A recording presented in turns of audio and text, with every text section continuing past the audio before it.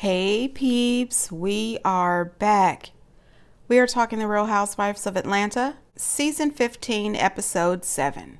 Hey, before we get into the video, please do me the honors of subscribing to my channel, hitting the notification bell so you can always be notified when I post new content, hitting the thumbs up because that does wonders for my channel, and share. Thanks. All right, you guys, so I'm back from vacation and catching up on all of these shows.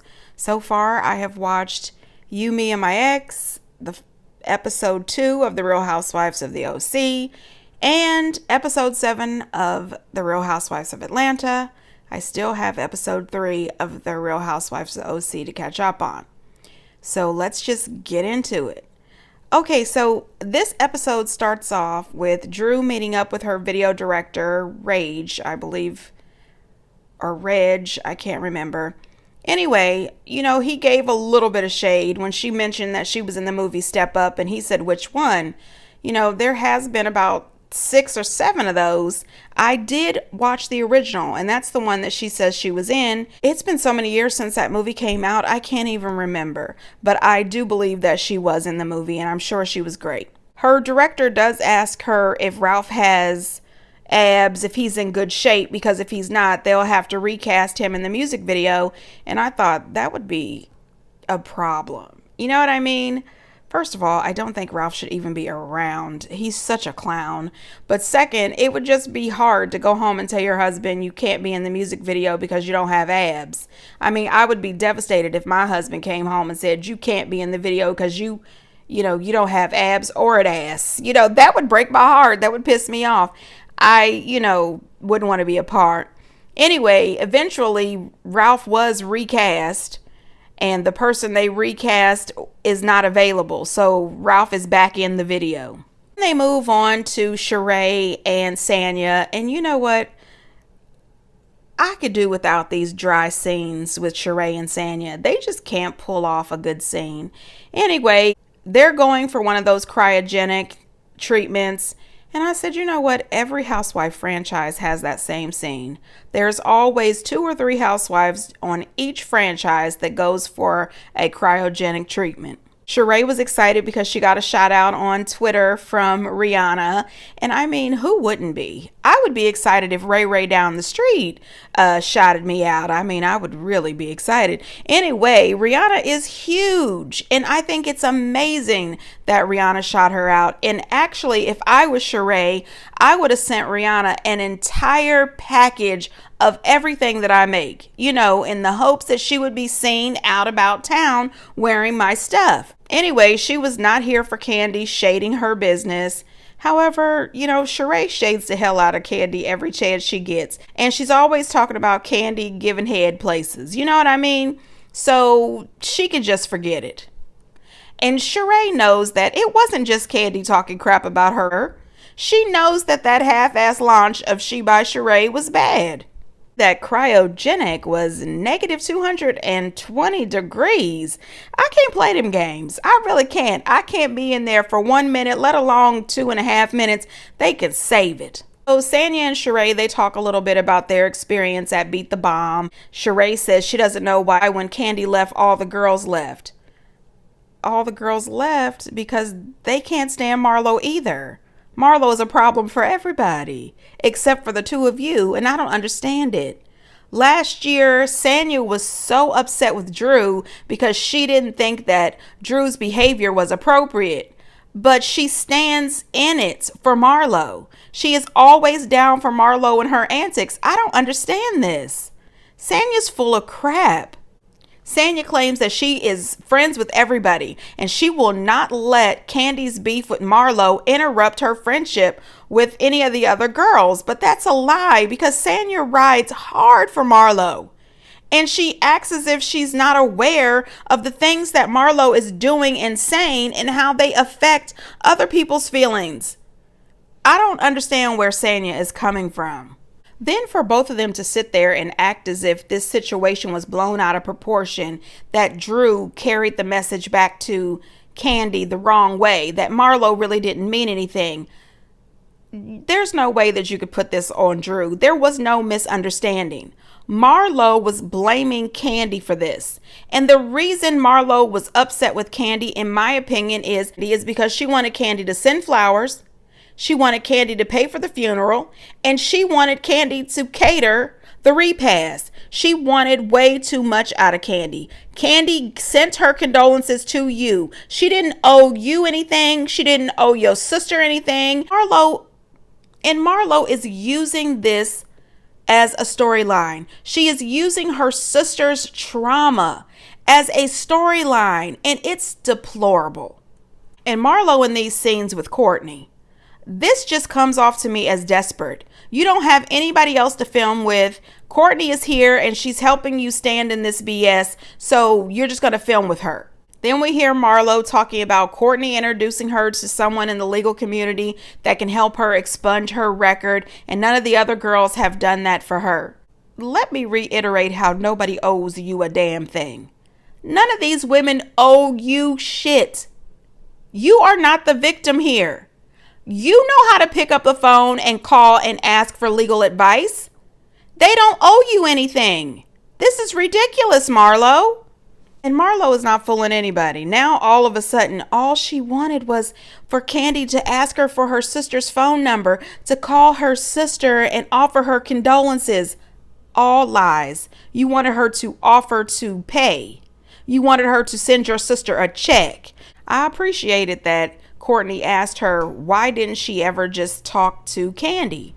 It's been all of this time. Marlo tries to act like she didn't have the opportunity to talk to Candy about this. It's been years. You had plenty of time to talk to Candy about this. Marlo then at some point calls Candy ignorant. Marlo shows her ignorance just by calling Candy ignorant. I don't know why Bravo hasn't realized it's a mistake giving Marlo this peach. Marlo was much more entertaining when she was a friend of. Now that she has a peach, she is trying to produce. She is trying to come up with storylines. It's all bad. Sanya meets up with Candy at Old Lady Gang, and I have to agree 100%. When they showed Candy in that side-by-side picture with Blaze, they do look like little twins. Her and Blaze look exactly alike. They are so cute.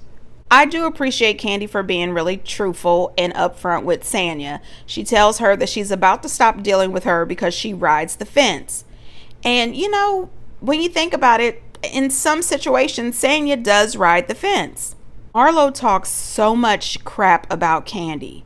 And when Sanya is sitting right there with Marlo, she doesn't put a stop to it. Sanya is laughing and joking as if this is funny. But when anybody says anything negative about Marlo, Sanya shuts it down immediately. So she's only rides the fence in certain situations. But when it comes to this situation, Sanya only sees Marlo's feelings. She doesn't realize Candy has feelings involved in this as well. I just don't really vibe with Sanya. Candy tells Sanya that she's not really a sentimental friend. You know, she's been through a lot in her life. You know, she lost her brother, and she doesn't really deal with death the same way others do. And I understand where she's coming from because I don't either. When someone loses someone, I absolutely send flowers. I send cards. I will be there for them. But then I kind of shy away because I don't know what to do and I don't know what to say. And I also feel like I'm possibly bothering them. My words are not going to be able to soothe them. So I kind of pull myself away from that person, not because I don't love them, not because I don't care, not because I'm not praying for them in the background, but because I'm so awkward in that time and I don't know what to do or say, and I don't want to do something to cause more heartache or pain for the person. So I just kind of retreat. And Candy is possibly the same way. However, she does say that she is a motivational friend and she tries to help her friends with opportunities. She tries to help them with whatever they're working on. And I think everybody knows that. Marlo is just upset because she wants to be the center of attention. She wants everyone to kiss her butt, and she wants Candy to pay for everything. Sanya says the group is divided. Kandi says yes, because everybody else can see how much bull Marlo is bringing. But Sanya is the one who wants to keep playing with her. Sanya knows the truth, and it is a pattern with Marlo. She will do some of the lowest, most disgusting things to people. She will say some of the most vile things to people. Then she apologizes, and then she does it again. It's like wash, rinse, repeat. She continues to act like this, and until you shut her down, this is how she's going to treat you. Kandi mentioned something about Sheree had a rap song out. I had no idea she had a rap song out. And then goes to see her doctor. She wants to know if it's possible that she can have another baby because she wants another sibling for Brooklyn. And she lets us know that her and Mark have some embryos that they didn't use. And she's, going to have a conversation with him because she'd like to have another baby. And she wants both of her children to have the same father, which, is understandable. However, it is not understandable that you would want to even create another life with Mark. Mark has made her life miserable for the last, 3 or 5 years? I mean, ugh. I think that if she does have this conversation with him, they should get an ironclad agreement involved, because I think this man is going to make her life miserable. Why add another child with him that you would have to deal with him? Listen, come to find out, her pregnancy was scary. Her doctor says that she has been a doctor for 32 years and she has never seen a pregnancy or a delivery that was worse or scarier than Kenya's. Listen, due to her age and other health concerns, I think that if Kenya does decide to have another baby, and if she wants a baby, I certainly hope that she has one. I think that she should get a surrogate. She should probably get a surrogate and a sperm donor. But if she does decide to go this route of having a baby with Mark, I wish her the best. Now, Sheree in this Gucci brunch, she cracks me up trying to work out this seat placement. She said, "Dear God, half the girls here don't want to sit next to Marlo. They don't like her." Then when she finally thinks she's got the seating arrangements worked out, Kandi asked her to move Marlo. I said, don't you realize Marlo is the common denominator? The girls show up. To me, they look really cute, but I don't have any fashion sense. When Kenya shows up, listen, Marlo says that there's a difference between Gucci and the thrift store. She says that what Kenya is wearing is not vintage Gucci, it's thrift store. Then she said Drew looks like a Gucci handyman. She says that Sheree looks great, but she looks like she's about to give a deposition. Sheree's outfit was cute, but it would have been better if she was wearing some sort of pants. But I have zero fashion sense, so don't go by what I say. She said Kandi looks like she's about to go bowling. She's the captain of the bowling team. And then she said Sanya looks like she ran right into that outfit at the Gucci store for $8,000. Cha-ching. Listen, Marlo doesn't get a lot right, but I think she read all of them perfectly. She absolutely did. She said in the end, they all look like a bootleg girl group. I have to agree. Marlo does know her fashions. Then we seen Sheree fake crying. She got the girls together talking about how upset she is that they don't even talk and how she has love and respect for all the ladies. Girl, stop lying to us. Stop lying to us. We have seen you. We know that you don't have love and respect for all these girls. We also see your confessionals. She says she wants the girls to have fun again. If you really want the girls to have fun again, then stop inviting Marlo, because she's the one who is consistently causing conflict. She is consistently starting mess with the rest of the girls. Kandi and Courtney decide to squash their beef. Kandi says she did see that Courtney offered an olive branch at the Beat the Bomb place, and they just got off on the wrong track, so they've decided to squash their beef. Then there was a situation with Sanya and Kenya. Sanya doesn't feel that her friendship with Kenya is being reciprocated. She says that she sent Kenya flowers when her leg was hurt. She supported her when she went down for the performance that never happened. And Kenya told her to go home and she couldn't come back. Kenya says she doesn't trust Sanya because Sanya made a comment on Watch What Happens Live. Andy Cohen asked Sanya if she thought Kenya's butt was real or fake. Sanya said she didn't know. Kenya got all upset about it, but I don't know why she's upset about it, because For years, I've been looking at Kenya's butt saying to myself, I don't know if that's real. To me, Kenya's butt looks fake, but I don't know what's the big deal about it.